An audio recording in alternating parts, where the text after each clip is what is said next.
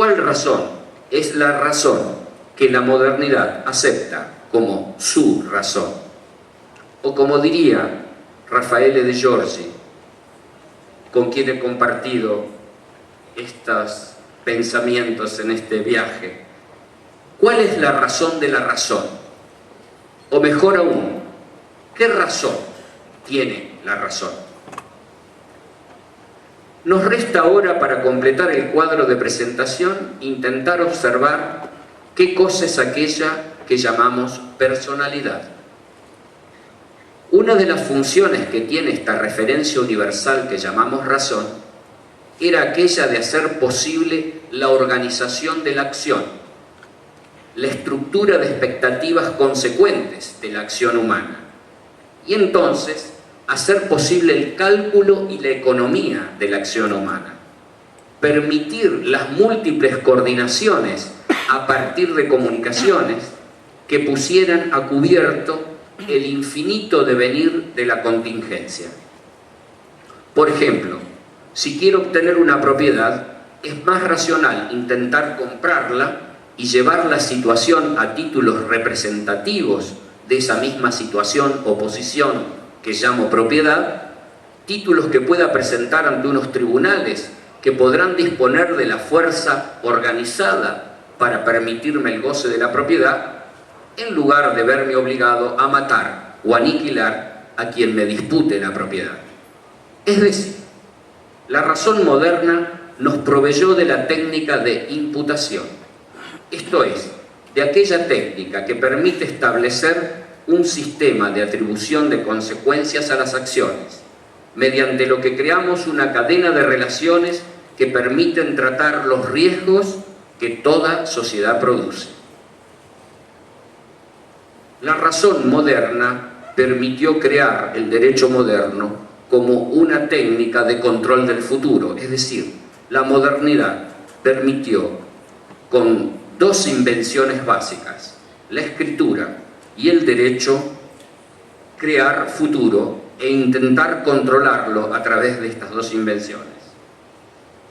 Entonces, si miramos solo un poco más atrás, veremos que Weber, preocupado por la fenomenología de la acción humana, decía que la personalidad eran las constantes e intrínsecas relaciones con ciertos valores y sentidos últimos de la vida, con aquellos sentidos que proveían motivos a nuestras acciones. Por eso mismo es que la clave de la fase inicial de la modernidad será que la personalidad se define por la elección o adhesión a ciertos valores y sentidos últimos en la vida, lo que no significa, en los propios términos de Weber, que las sociedades más antiguas carecieran de ellos, sino que el modo de adopción de los mismos no estaba fundado en una decisión calificada como racional.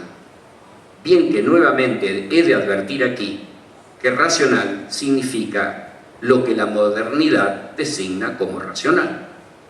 La cadena o vínculo que tenían y aún tienen todas estas acciones en la tradición occidental era el tejido o red conceptual que permitía, a través del concepto de persona, imputar consecuencias a un individuo. Así como la máscara en el teatro servía para cubrir el rostro del actor e imponerle un personaje. Imponer el personaje tanto al actor como al público, como al espectador. Al sujeto se le atribuye una personalidad, y esa personalidad era o debe ser racional, en el sentido que racional tiene en la modernidad, esto es, el del cálculo de los resultados de las acciones. En mayor grado, el cálculo de costo-beneficio, que es el cálculo que gobierna el aspecto más resaltado del hombre moderno, el económico. El hombre moderno posee una facultad, o mejor dicho, al hombre de su época, la modernidad le asigna una dimensión central en su personalidad, la de poder calcular. Dimensión que tiene la misma potencialidad revolucionaria que en el medioevo tuvo el descubrimiento o la invención del libre albedrío. invenciones ambas que están profundamente entrelazadas. La sociedad moderna, entonces, asigna consecuencias como si los entes psíquicos que componen las comunicaciones que constituyen a esa misma sociedad actuaran racionalmente. Esta técnica se denomina riesgo, y esa categoría, el riesgo, es lo que caracteriza a la sociedad moderna, como afirma Luhmann, una técnica del operar social, como afirma su compañero intelectual Raffaele de Giorgi.